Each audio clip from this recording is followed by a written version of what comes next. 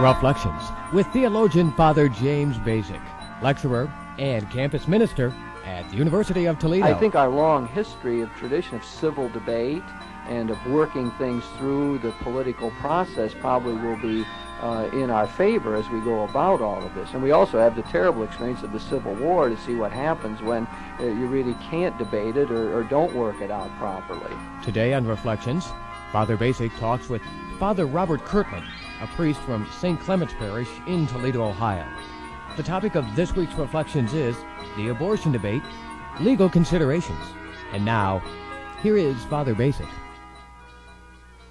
Well, Bob, let's talk a little bit about the so-called Webster case, the new Supreme Court decision about abortion and the Missouri state law.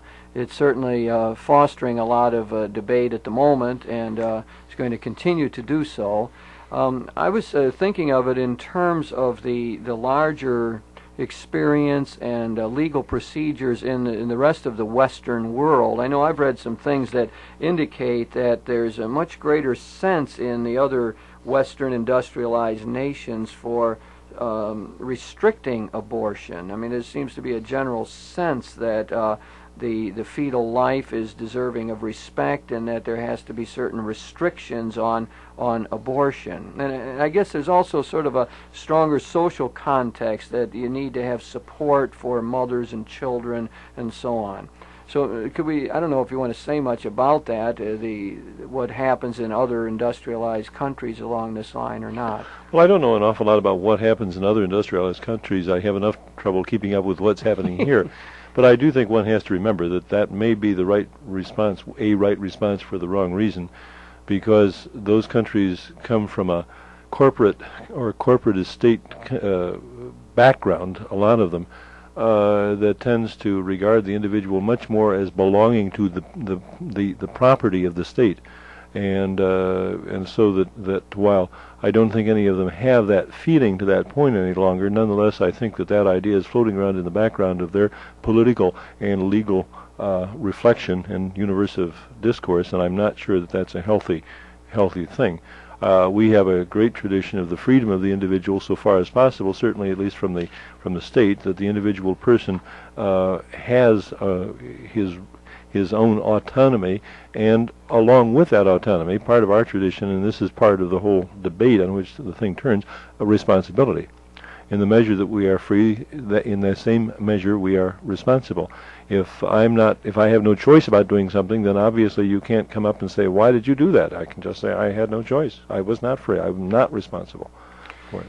And we, of course, in the United States here have this long history of pluralism, and we've constantly been trying to figure out how to live in this pluralistic society. We have a great history of it, and we've made great strides in it. We've been a model in many ways for figuring out how to get along. We have disparate people who came here, different religious backgrounds, different outlooks, and for a lot of years now we have figured out to live in some sort of harmony. We had, of course, the Civil War, which disrupted all of that, but for the most part we've been able to debate our questions and to finally work out some mode of living together in this democratic and pluralistic society. Now, we find ourselves threatened again, I think, in this whole abortion question. There's the violence that we see on both sides, and that is an unhappy sort of situation, and we begin to wonder, well, how are we ever going to work it out, and what sort of rational basis can we have for reaching a public consensus, which will be the basis for effective public law.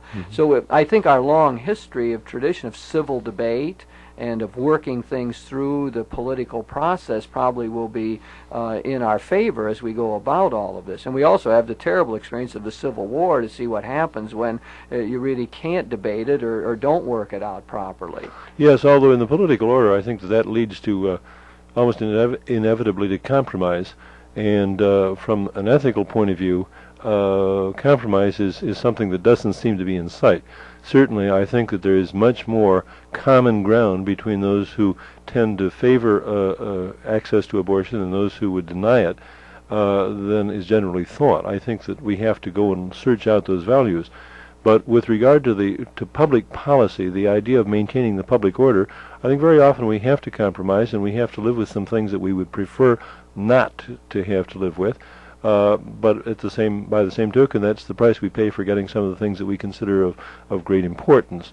So you've sort of distinguished their public policy from particular moral positions. Oh, yes. And so we can't have that kind of compromise on moral positions. I mean, if someone believes that abortion is the killing of human life, then there doesn't seem to be any real compromise available at that level. That's on the right. other side, Yeah. for people who see the issue almost totally in terms of the state and the rights of pregnant women, are going to be favoring the upholding of the rights of women, and are going to say, well, I can't compromise on that. I can't let these women down. Women That's have enough right. trouble, and I have to be by their side and stand for them in this particular situation. So on both sides, there's a moral high ground that they are occupying, and there seems to be no room for compromise at that level. And nor, I think we can never ask people to do that. I mean, you and I know that in pastoral counseling, you can't, if you ask someone to compromise their principles, or they do that for the sake of another person, you got an unhappy person on your hand. That's you right. think of a marriage situation. If someone compromises their moral and religious outlook in order to go into the marriage, well, there's a good chance it isn't going to work, because they're going to always feel guilty or upset, or feel, I gave so much, now you ought to give to me. I just think you can't do that in human affairs. That's right. The whole idea of the Western tradition of ethic and of morality supposes that there are right answers to every question, even though the achievement, the mastery of those right answers very often lies beyond our reach. But nonetheless, the supposition that there is a right answer supposes then that I can't say, if I think that I perceive it in its application in a particular context, that it's not so. The whole concept is that. But that's a different matter. Public policy The public is another policy, the question. public order is a different thing. It's keeping the public peace, and that's a different kind of matter. And that, of course, is one of the things that I think was perhaps bad about Roe versus Wade, is that it tended to drag a particular ethical or moral view into the arena of public policy. It put an end to political debate, as a matter of fact, and made debate about the abortion issue ever since Roe versus Wade purely academic. But by the same token, it came up, it was addressing an area where the law had never been very successful anyway. I know people who are very thoughtful people who are profoundly convinced that abortion is, in principle, wrong. That it's the taking of the unjustified taking of a human life, and yet at the same time believe that Roe versus Wade, at least in its effect in striking down restrictive abortion laws, was defensible. I don't entirely subscribe to that position myself, but at the same time they were simply pointing out there's some things, as we should have learned in the Prohibition era, that law cannot do, and we cannot ask it to become something else than what it is, or to play some other role than what it should play in life. There's another distinction here that we could keep in mind, and that is between the legal order and the political order, it seems to me. That, I mean, the court deals in legalities, supposedly. The political order we usually think of as governed by the Congress and the executive branch, and that in the political order, the people in our democratic society try gradually to work out solutions to problems and to come up with laws and public policies that reflect some sort of consensus. What we've effectively had in the Webster case, it seems to me, is throwing this matter back into the political order. Yeah, well, that's suppose I wouldn't draw that sharp a distinction between the legal order and the public order as the political arena. I think what happens really is that the law generally tends, when the public debate and the political forum has achieved the measure of compromise that everybody can live with, is that legally then that compromise is enshrined in the laws.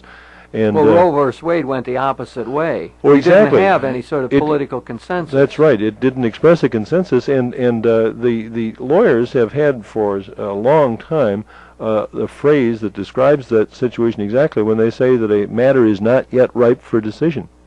And as you suggest, it seems quite clear now, in the light of what the Supreme Court is doing, that it is finally coming around to the judgment that the matter was not ripe for decision, and that the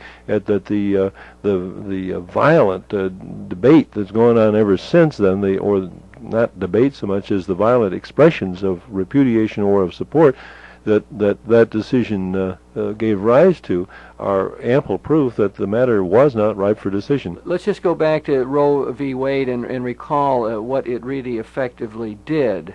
And I guess what it said is that states really could not have restrictive laws, and I mean it distinguished out trimesters, right?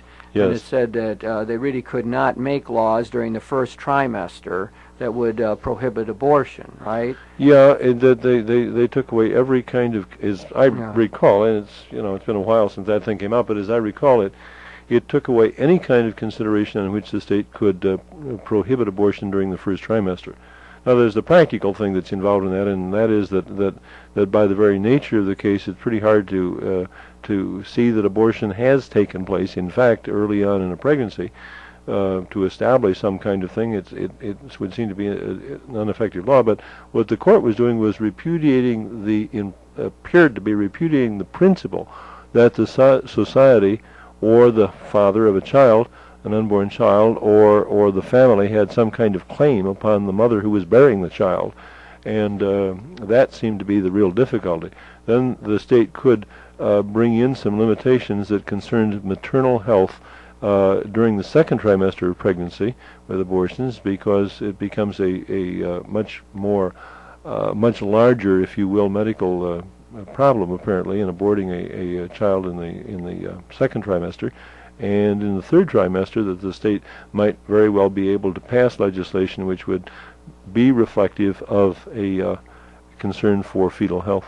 Now, what has happened with the Webster decision is that it is now put back in the hands of state legislatures, and we're going to find a lot of efforts to write more restrictive laws within the various states. You're also going to find efforts within the states to write laws that will protect the rights of women. And it's going to come down to votes in the state legislature, and it's going to be a matter of electing candidates in the next election. It's going to be a major issue for sure in the election. So in that sense is what I meant, that it takes us back to the political process. That's right, exactly. And I think it's at least, I realize that that's going to be bring all kind of difficulties, and people are going to, debate's going to be hot and heavy.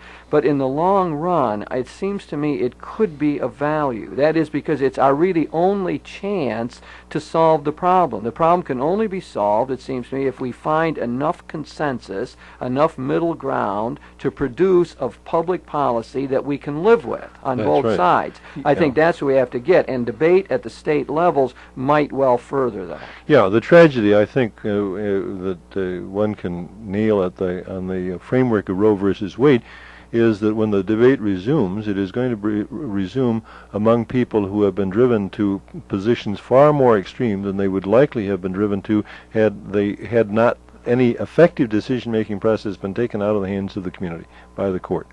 And so that the debate arises anew with a real pertinence and a real potential effect in public policy, but wounded, grievously wounded, with a great scar of this bitterness that has grown up on both sides over the last 13 years. And so that the quality of the debate, I think, has beyond all question been profoundly hampered by what the court did in 1973.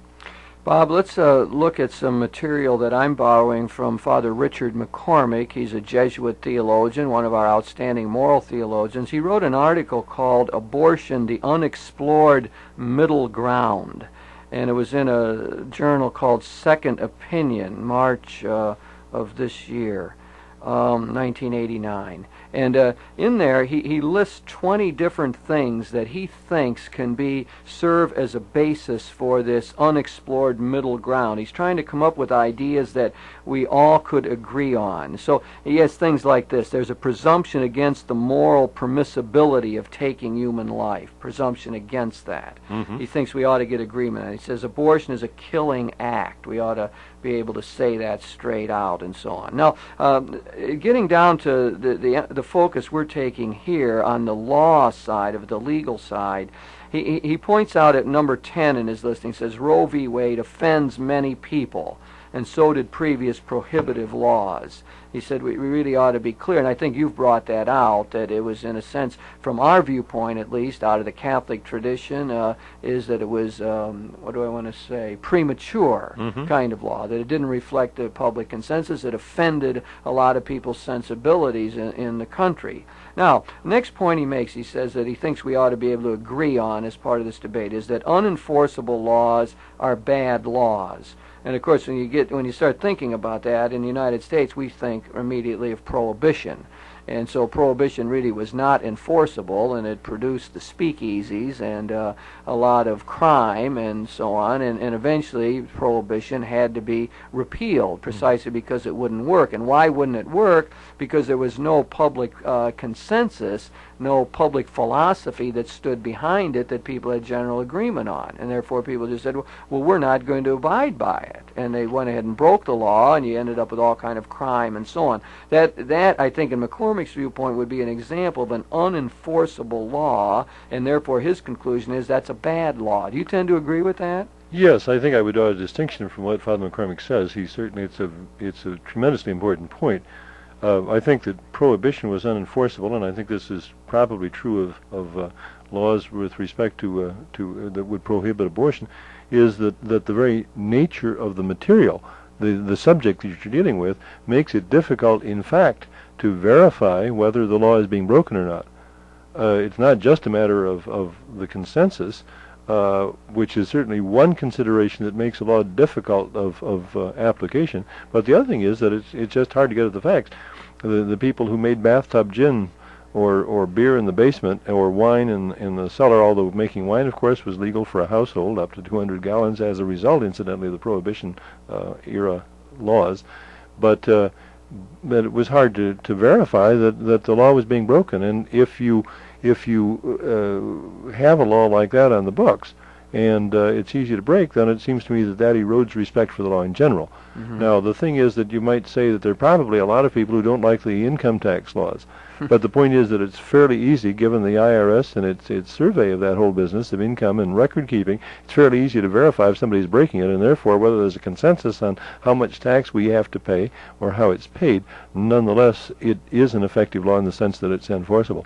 There's another aspect of this unenforceable law that he suggests here. He says that there may not be a public willingness to enforce the law. Mm-hmm. I wonder how, if we start applying that to restrictive abortion laws, what would we end up saying about that? Well, I think the same thing is true. I think that you would find eventually, and there are a lot of there's a lot of precedent for this kind of thing happening, that grand juries won't indict and trial juries won't convict. The once in a while, when you read all the people, all the things that people say when they take a look back at England. When there were 200 or 300 capital offenses on the books, and that a boy could be hanged, as I think it was Dickens pointed out, for stealing a shilling, which wasn't very much money even then. The plain fact was that that so violated the common sense of the community that unless an accused was so obviously antisocial, grand juries wouldn't convict and trial juries wouldn't indict and trial juries wouldn't convict. So we've got an unenforceable law, and we've got one that is a bad law, therefore. Mm-hmm. And we're trying to get sort of agreement on that point in this debate. Now that gets concrete before long, and it becomes a matter of what sort of laws are going to be written. Let me take up an example here. He says that we ought to be able to get agreement that we should write some law, some public policy, which restricts abortion. Mm-hmm. That we shouldn't, that there's a general sense of this. I think that it plays into the idea that there's a strong feeling in the American public, I think, that abortion just for convenience is not a good thing. That's right. I think there's many polls show that, mm-hmm. that the American people just are not willing to go along with that. Abortion for convenience doesn't make sense, so it's sort of morally repugnant for somebody to say, well, I want to take a vacation to Europe this year, so we're going to have an abortion. Mm-hmm. And that's not just a pro-life position in a sense, or just a position of the Catholic Church. I think that there's a general moral sensibility along that line. That's right. I've seen a lot of surveys that purported to show, and I think it's probably true, that people would live with a law, for example, that in principle prohibited abortion except in cases of a threat to the life of the mother or incest or rape, something of that sort, and that people could many more Americans would be willing to live with that kind of a law. Now, once again, you run into the problem of the practical enforceability of it, what kind of burden you're putting upon the instruments of the laws to enforce that law. But at the same time, at least in principle, that represents a policy statement about the value of fetal life. And that, I think, that there is a value, that the fetus is not simply a negligible bit of organic material, biological matter, but something much more than that is, I think, a value that most Americans could agree with. McCormick makes the point that to begin to talk about where you would make any restrictions is valuable because it forces the question of why you would make the restriction, why you would do that. Even if you'd say, I think abortion just for convenience is wrong, the next question you could ask in the debate is, well, why do you think that? Sure, precisely. Now, one possible answer to that is, well, is just what you said. That is, well, I think that is potential human life. Mm-hmm. That's nascent human life. Someone else might put it more strongly and say, well, I think that that's wrong because that's a person. Mm-hmm. Or, and you'd have to begin to answer that question. Oh, yes, and that, looking for that value extends. That's why I think that there's some consideration that has to be given to the idea of the extension of that whole issue of the value that's going up there to the whole range of human life. After all, and I don't want to, for a minute, to be taken as saying that the pro-choice people are like the Nazis with regard to the extermination of the Jews. But by the same token, they both raise the same question, and that is, why do we assign a value to human life at some stage or other, at least of its development, that is a distinctive and fundamental value? And that if it can be eroded in one area because of convenience, then you get at the other end of the business the question of how we deal with the elderly and people who are no longer economically productive, people who are perhaps not particularly relevant any longer to the world around them. And then we get to the problem of politically unpopular minorities in a society, and you really begin to run into profound questions about what it is about human life that is distinctive, and that, I think, is part of the contribution, incidentally, that Christianity in a distinctive way throughout its history has made to the whole development of the Western ethic. That's, I think, a really important point. You'd probably want to rethink your analogy of even of the use of the term the Nazis. I mean, if we're going to move our debate forward and find middle ground and watch our slogans and language, I think we probably have to be careful of that. Oh, yeah, that's why I would want to be careful about it, but and I think you would too. But people would make too easy a jump. Yeah, but the point principle involved is that's what we want to get after. The thing we have to get at. That's right. And I don't know quite what the answer to that is. And I suppose if you turn it around, I mean, what are the pro-choice people going to say to us? I think their telling question is probably, well, what about the pregnant woman? Mm-hmm. I mean, what sort of empathy do you have for the pregnant woman? Sure. What about the rights of the pregnant woman? What are you going to do for her? And I think that there's a really telling point there. One of the things is that we ought to have alternatives for that woman. That's we ought right. to care for that woman. And quite apart from empathy, one can say that society has a real value given the wondrously fertile creativity of the human person. One has to say that a society which condemns women, or many women of childbearing age, to be barefoot and pregnant, as the old saying goes, is robbing itself of the distinctive kinds of contributions that they could very well be in a position to make, given greater opportunity to exercise the kind of freedom that gets stated or claimed, sometimes in an exaggerated measure, in this whole debate. Now, we're focusing, Bob, on the legal aspect, in a sense, of this, the law question, and we're looking at the abortion debate and what happens after the Webster decision, and we're looking at Richard McCormick and some of his suggestions for a middle ground. And one of his other principles, he says, an absolutely prohibitive law on abortion is not enforceable. That flows from his other question about unenforceable laws are bad laws. He says an absolutely prohibitive law on abortion is not enforceable, and he says it in two ways. A law would prohibit all abortions, even in case of rape and incest. And you used that example before. and in cases where the life of the mother is at stake. And he says the other thing by this absolutely prohibitive law would mean the destruction of the human being from the moment of conception, not taking into account the pre-implantation period before the fetus implants in the mother's womb. So he says an absolutely prohibitive law is not enforceable, and I think that he makes that case well. I mean, in our society today, given the public posture on incest and rape, just to take two examples, there's a strong element in the country that says that abortion should be allowed for those situations. Our president says that often. There are Catholic moralists who agree with that. There's a large percentage of the Catholic population that goes along with it, just to speak in our own terms. And so you begin to wonder how such a law could be enforceable. And on the other side, I mean, an abortion that was dealing with the pre-implantation period, it becomes, you just can't verify. Well, sure, that's right. That carries to the extreme that makes it perfectly plain that this is an area where it would be impossible for the law effectively to be administered when you can't even tell whether pregnancy is taking place. The morning after pill, for example, is obviously the kind of situation in which you technically, if you say an absolutely prohibitive law isn't going to work, that's what it means, that there's no way that you can verify that a violation of the law has taken place. And of course this says something, about what sort of public policy position are we going to take. I think it points out how difficult it is. So what have we got? We've got an idea here that you have to have some sort of restriction. The majority of people in the United States want some restriction on abortion. They don't just want abortion for convenience. On the other side, you've got people saying that, well, for rape and incest and for the life of the mother, that we have to allow for this. Now, does it become possible to write a law around that?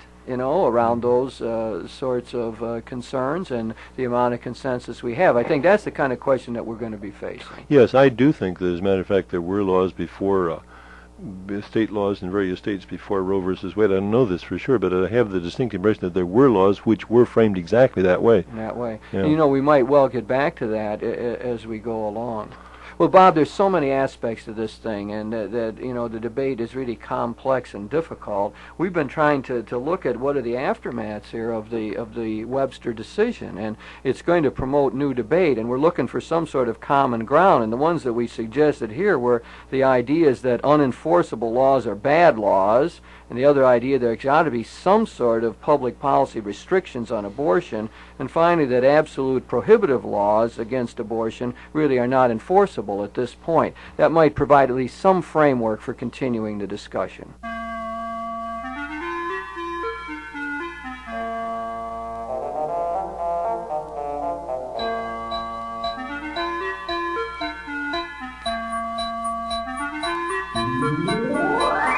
You've been listening to Reflections with theologian Father James Bacik, lecturer and campus minister at the University of Toledo. Today on Reflections, Father Bacik talked with Father Robert Kirtland, a priest from St. Clement's Parish in Toledo, Ohio. The topic of this week's Reflections was the abortion debate, legal considerations. If you have any comments on today's show or suggestions for future programs, please write Father James Bacik, Catholic Campus Ministry, 2086 Brookdale Drive, Toledo, Ohio, 43606.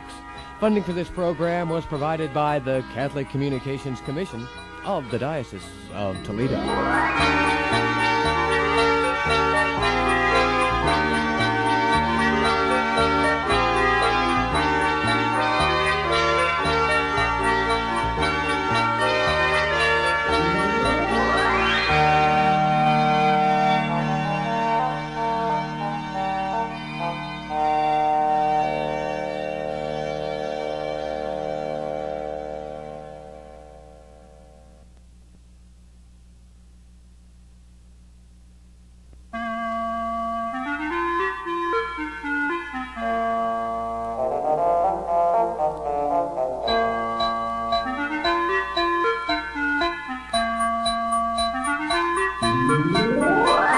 Reflections with theologian Father James Bacik, lecturer and campus minister at the University of Toledo. What I'm saying is that as we're going to debate this thing, let's keep in mind the complexity that's involved in real-life situations. Today on Reflections, Father Bacik talks with Father Robert Kirchner, a priest from St. Clement's Parish in Toledo, Ohio. The topic of this week's Reflections is the abortion debate, pastoral considerations.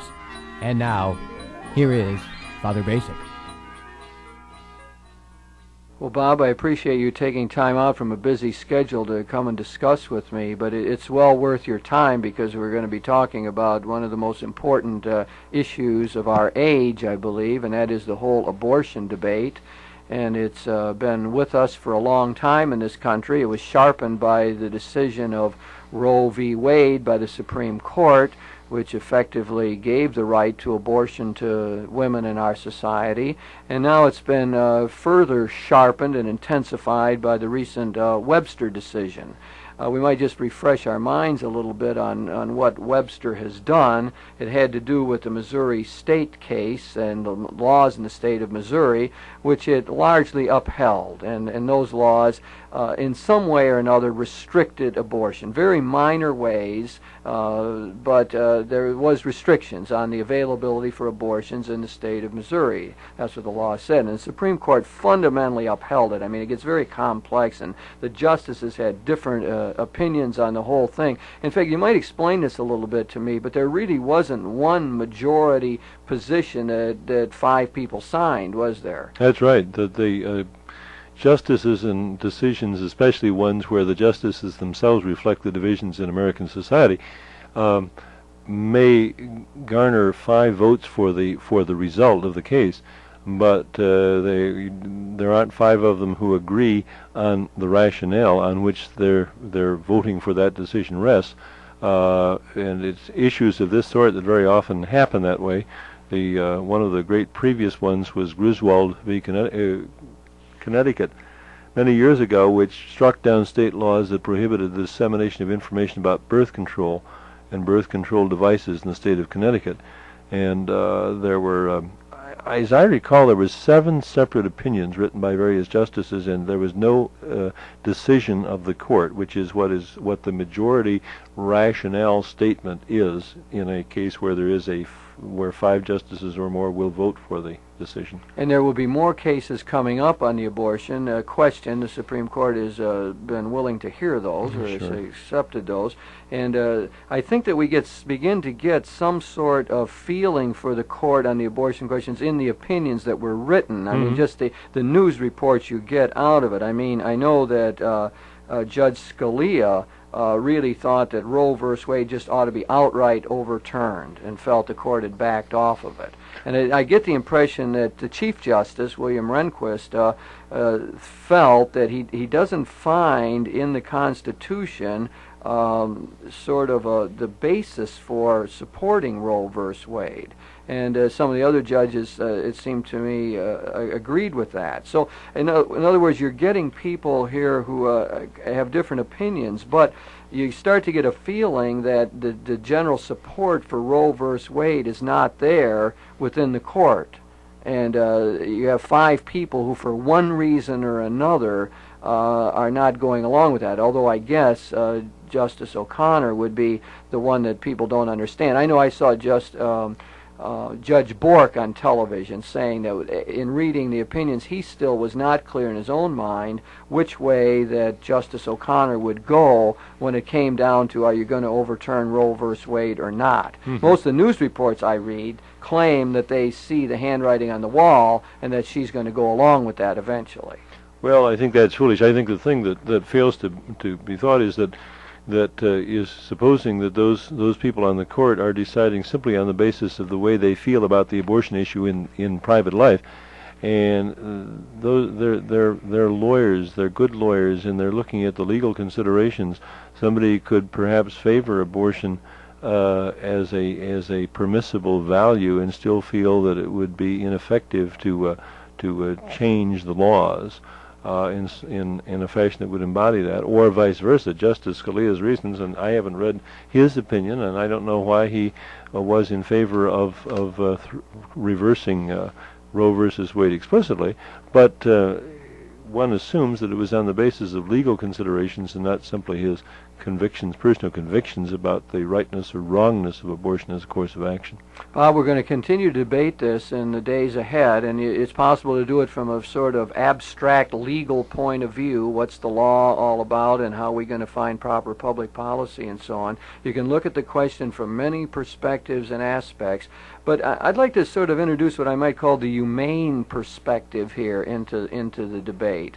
And one of the things that I think as soon as we start contacting real human beings dealing with the abortion question is you get a great sense of the complexity and the ambiguity of the discussion. When you just hear the rhetoric, like pro-life, pro-choice, abortion is murder, woman has a right over her own body, you lose what I think is the moral ambiguity and complexity that real women who are involved in these decisions, or real fathers, have as they go along. I remember in Carol Gilligan's book, In a Different Voice. Carol Gilligan's a Harvard professor, and I'm very influenced by that book, In a Different Voice. I think it's good way of approaching the feminist movement and questions. But one of the things she did in research for her book, she interviewed 21 women who were in the process of making decisions about an unwanted pregnancy. And then a year later, she interviewed them again. And what you get is a sense of the inner conflict that these women are going through. She talks about, example, there's a Sarah. She's an intelligent, unmarried woman of 25,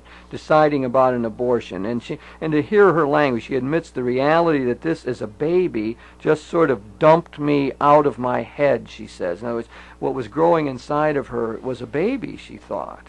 And then and yet on the other hand, she's tired of people always bowing to other people's standards, that her family or something, they're going to tell her what to do about it. She said part of her feeling is nobody can force anything on you because your first duty is to your inner voice that speaks what is right. So she agonizes over the decision. How can you take responsibility for taking a life? And on the other hand, she ends up thinking, well, I don't have any choice, but I'm going to have to get the abortion. Now here, that represents what people go through. There's a humane sense of this thing that both sides of the debate have to remember, I think. We're dealing with complex individuals. And I suppose there's some women who can just go have an abortion and they don't seem to give it a second thought. One wonders about that, and we do know the phenomenon of the post-abortion syndrome. People argue about that. I think the who do I want to say, government official, Surgeon General, claimed that there's no evidence for the post-abortion syndrome. I personally have talked to women who have gone through it. I mean, I know that there's women who have that problem. But what I'm saying is that as we're going to debate this thing, let's keep in mind the complexity that's involved in real-life situations. And I think that maybe, will help to put some greater feeling into the debate and maybe brings us closer together. I mean, we begin to emphasize with Sarah here in this example, and maybe we can begin to find a little bit of that common ground. Bob, there's a principle here that I might want to put in front of you, and that is a distinction between morality and pastoral practice. It's possible for someone who is very much against abortion, sees it as objectively wrong, but who can show great compassion and understanding to someone who is put into this position. And I think maybe that ought to be part of how we go about this also. Well, yeah, we spend a lot of time talking about moral ideals that we ourselves try to live up to and that we try to encourage those with whom we work as pastors to live up to. But by the same token, we recognize that neither we nor anybody else lives up to that ideal in anything near a perfect measure, and yet the human person is the important thing, and therefore if we really believe that, we are obviously going to be profoundly sympathetic with people who have committed themselves to try to pursue a moral ideal, who have found themselves perhaps in a conflict of values for which they see no alternative except, as in this kind of case, to have an abortion. And are we then to dismiss them as being human beings who are deprived of dignity or have no more claim upon our consideration or our sympathy or effort to understand and share with them the heavy burden that this really, in most cases that I've ever encountered, does indeed come upon it? What do you do with a little kid who's scared to death, for example, of acknowledging to a father who is perhaps overly severe that she's pregnant? The whole business of the woman who is afraid that they're not going to be able to care for another child, that they don't have the finances to do it. I think of people, for example, the terrible poverty of the migrant workers, especially now with the new immigration laws bearing down on them and frightening them and putting their financial security in great jeopardy, and the kinds of feelings that have to come into that sort of thing. And simply to overlook those or not to understand that there are enormous pressures is, I think, a terrible thing to do. Father Richard McCormick, as you've mentioned, the moralist, the Jesuit moralist, talks about the idea, for example, that abortion is very, very often a subtly coerced decision. If we create a context of thought and a social and socioeconomic structure that leaves a woman who is pregnant in a situation where she feels that there is no alternative, that on the one hand she cannot carry the child, and that the only alternative therefore is to have an abortion, that is coercing a decision. And to label that free choice is, I think, a pretty grievous misapplication of the phrase free choice. Let's look at that point you make there more carefully. I notice when Father McCormick's talking about this coercion, he goes back to Daniel Callahan, who's an ethicist and wrote many years ago that a change in abortion laws from restrictive to permissive appears from all data and in every country studied to bring forward a whole class of women who would otherwise not have wanted an abortion or felt the need for one. Mm-hmm. That you create a new kind of climate in all of this. Well, sure, because it generates a lot of, in the mind of the individual person facing the question, it generates a lot of social expectations. It becomes the currency in which a lot of people, especially young women today, live, that suggests that the only sensible thing to do, the proper thing to do, is to have an abortion. So therefore, you really don't have free choice in that situation. It certainly is affected in a coercive way. That's right. I mean, we got to remember that freedom is a contextual thing. Yes. We don't have an isolated freedom. Our freedom exists in the context of the community, the family, the general society, and so on. And very often when you and I think we're free, we're really not, because there are determining factors that seem to be at work here and really program our responses. And that would be, I mean, I think you can see the same thing on the divorce question. I mean, when divorce becomes a viable option, I don't know, maybe it's not exactly parallel, but in one sense it is. That is, when divorce becomes a viable option, you got more divorces because people are thinking, well, I can do that. I don't have to work it out. Well, no, I can do that, but all my friends think that I'm dumb if I don't. Yeah, there you go. That's you've hit the point. Yeah, that's what makes the parallel. It's that pressure of convention. And convention is, I think, one of the subtlest and most powerful influences that plays upon the decisions all of us make in life. Let's. I want to go back to Carol Gilligan's book for a minute in a different voice. Carol Gilligan, what I get out of it is that she points out that women in general, and women in abortion situations, or they're considering it, make their decision in a contextual way. Their actual way of making the decision when they have the chance for counseling and to think it through and so on, and don't just act out of fear or fright, is to consider many factors. They don't really function as autonomous individuals acting on some particular principle. But her claim is that women in general have a different method of making moral decisions. She calls it sort of in a context of caring relationships or a network of relationships. And the point that might be made to the pro-choice people, and in a friendly way, is by emphasizing this idea that women's rights over their own body and putting it all in terms of women's rights, don't you really undercut what seems to be part of women in the moral decision-making process in the United States? That is to consider many relationships and to consider it from many angles. That seems to be one of the geniuses of women in our society when it comes to moral decision-making. They don't do it just by abstract principle, and they are very contextual, which I consider to be a value and something good. So could we not argue that this great emphasis on women's autonomy is actually undercutting one of their great contributions to the moral decision-making? Maybe. You follow me in making that clear? Yeah, except I think you get into a sticky wicket, because it is difficult to it seems to me you're going to have a great deal of difficulty selling at least some women on the idea that women's decision making is in some typical fashion different from the way men make decisions. Well, you see, I get this from the feminists. I mean, a male could not just say that. But, yes. I mean, this is Carol Gilligan's contention. See, when Kohlberg's study of morality, I don't want to get off on this, but he studied all men and these 6 stages of moral decision-making. The highest stage is abstract reasoning based on a principle that you follow through on. And women consistently scored lower than men on Kohlberg's stages of moral development. Carol Gilligan, his student, studied this, and she comes up with the idea, no, they're not inferior morally.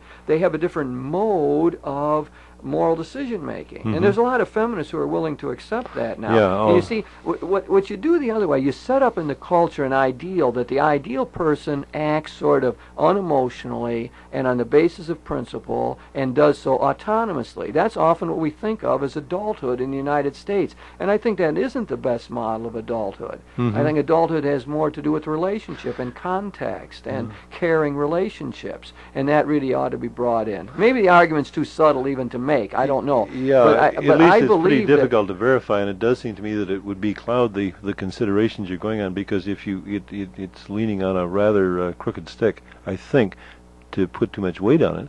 Well, I think it's a valid argument. Sure, my only question is, can it be sustained in any way? I'd have to find a way to propose it to the pro-choice people to say, hey, are you undercutting the women's real prerogatives, women's real genius, women's real concerns and interests by this great emphasis on the autonomy? Autonomy is not the total ideal. In fact, women often have really told men that your problem is you're too autonomous, you know, and you want too much autonomy and you don't have enough sense of relationship. Well, I'm not going to press it. I obviously haven't convinced you of the value of that. I'm not going to press it. Let's go back to let's try to stay on this other side of this humane side of the debate. One of the points that McCormick makes, to get back to, you mentioned him before, he says witness is the most effective leaven and the most persuasive educator concerning abortion, that you need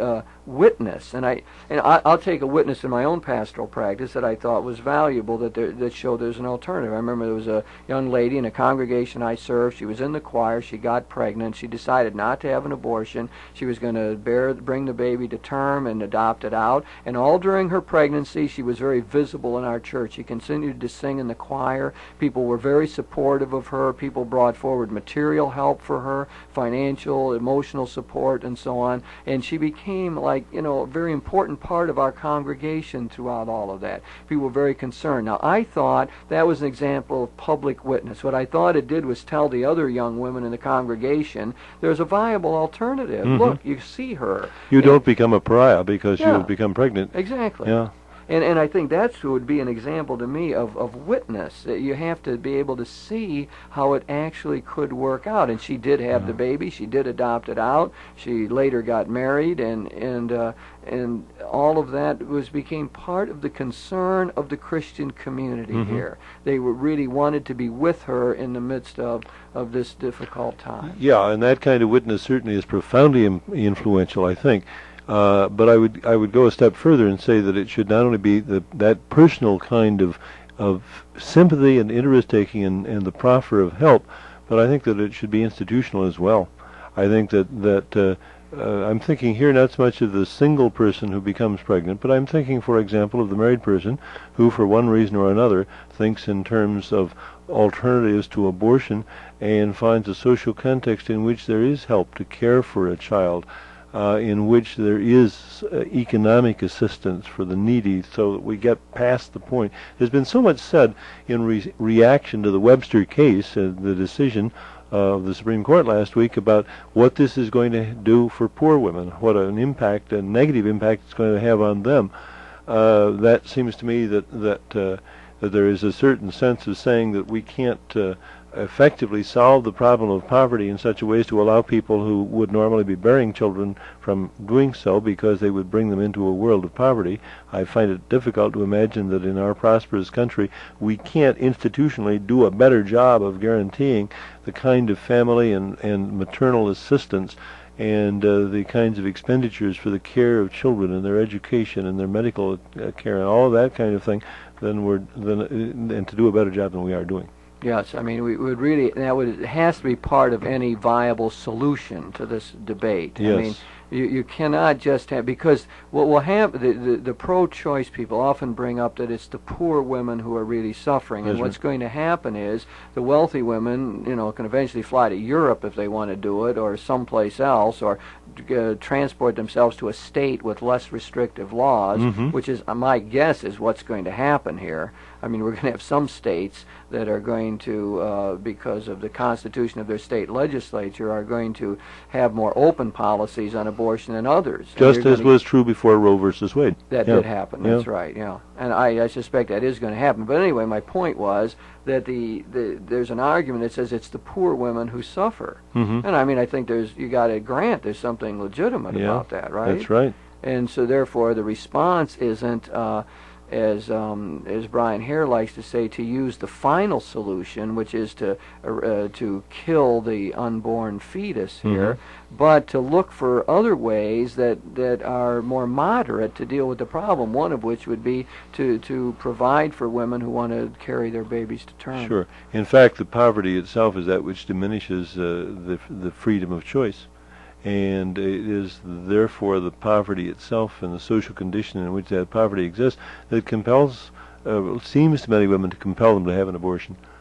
And that's being driven to something which in other circumstances they might very well prefer not to do.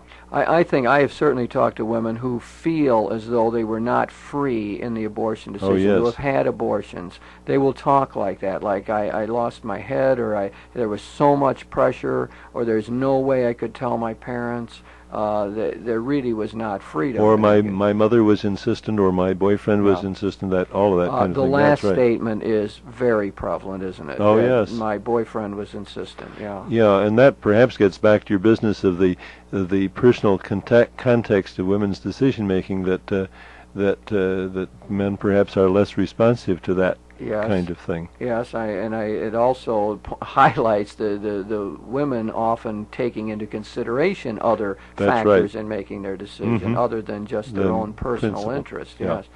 I want to go back just briefly to that post-abortion syndrome. There's a big argument about that. I don't have any data on it, but I hear people who talk about it and saying that it is very prevalent. And I myself, I have run into women for whom that's a problem. That it happens just like that, exactly like that. That is, they will have no problem. They will go through the abortion, and later on it will come back to them, and it begins to haunt them. And they have dreams, or they become dysfunctional in their current marriage, or they're can't be sexually responsive, and so on, and I've certainly dealt with people like that. So I know it exists. Yes. Whether how widespread it is another question. Many people claim it is, and the Surgeon General, I always get that wrong, Surgeon General, says that he does not see any evidence that it's widespread. But it brings up this humane side that I'm talking about again. It seems to me that when we're dealing with this abortion, that one of the things we could get agreement on, middle ground, is that young women who are faced with the decision ought to be counseled that this is at least a potential problem, that they might end up having the abortion and then have psychological problems about it afterwards. It's certainly not fair to tell them about that is one of the possibilities. Sure. Doesn't that seem to be an honest approach to this thing, that some women suffer afterwards, guilt feelings and so on, and you ought to be aware of that. Yeah, it's not quite like having an appendix or a wisdom tooth taken out. Yeah. We have to be able to find our ways then to deal humanely with women who are in that situation, and part of it would be to alert them to potential problems down the road that could come from doing this. And again, what we're looking for, I think, in all this is middle ground. Yes. That is, consensus points where both pro-life and pro-choice people could really get some sort of agreement. And I think often you do, that there ought to be adequate counseling before people make this decision, and that they ought to know the alternatives, and they ought to be able to have some guidance about the possible consequences of their actions. Well, very clearly the pro-choice people, I think, have put themselves in a position of saying that they are defending women, and that they are the ones who are expressing concern for women, and the pro-life people really are not. They want women to be compelled to have a baby, to carry a baby to term, whether they want to or not. Well, it seems to me that the obvious long-term answer to that, the middle ground that lies there, is that the pro-life people must be challenged to show that they indeed effectively do care for the welfare of women also. And the argument's not going to be effective until they're able to do that. That's right. That's right. It's that concern for these human beings who face a decision that is always an agonizing decision to make. You know, we're talking about finding ways to talk about this that really does not turn other people off. You know, sometimes I hear this phrase used that, well, by the pro-life people of saying, well, the pro-choice people have great concern for baby seals and for whales Yes. and not concern for fetal life. I wonder what to make of that. That's a curious anomaly. Yeah. I mean, but do you think that's a fair sort of argument? Is that the kind that's just going to turn off the other side, or is that something that can be said that really jogs consciousness and do it effectively? I don't think so, because I think you'd have the same kind of thing. If abortion is in principle all right at the choice of the mother, it seems to me that it's very difficult not to argue that it ought to be just as much an option a week after a birth as it is a week before. And the difference is that there is an enormous emotional impact afterwards, which is hidden in large measure before birth.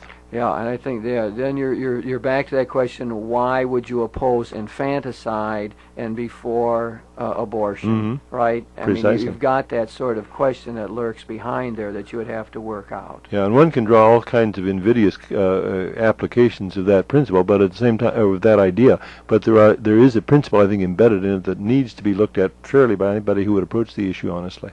Bob, we've been talking about the Webster decision, which has come down. It's opened up a new debate. It's fraught with complexity and difficulties, and what we're looking for is common ground, a middle ground that we can carry on the discussion between pro-life and pro-choice. And we've been emphasizing now a humane side of it, to look at women who actually have to make the decision and to see some of the consequences of that. And hopefully that begins to broaden the debate and to bring more people in and to help us move towards some sort of consensus so we can reach a viable public policy.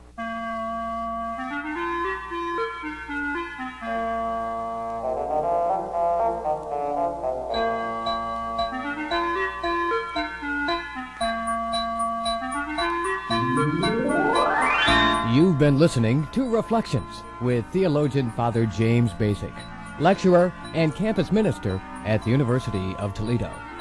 Today on Reflections, Father Bacik talked with Father Robert Kirchner, a priest from St. Clement's Parish in Toledo, Ohio. The topic of this week's Reflections was the abortion debate, pastoral considerations. If you have any comments on today's show or suggestions for future programs, please write Father James Bacik, Catholic Campus Ministry, 2086 Brookdale Drive, Toledo, Ohio, 43606. Funding for this program was provided by the Catholic Communications Commission of the Diocese of Toledo.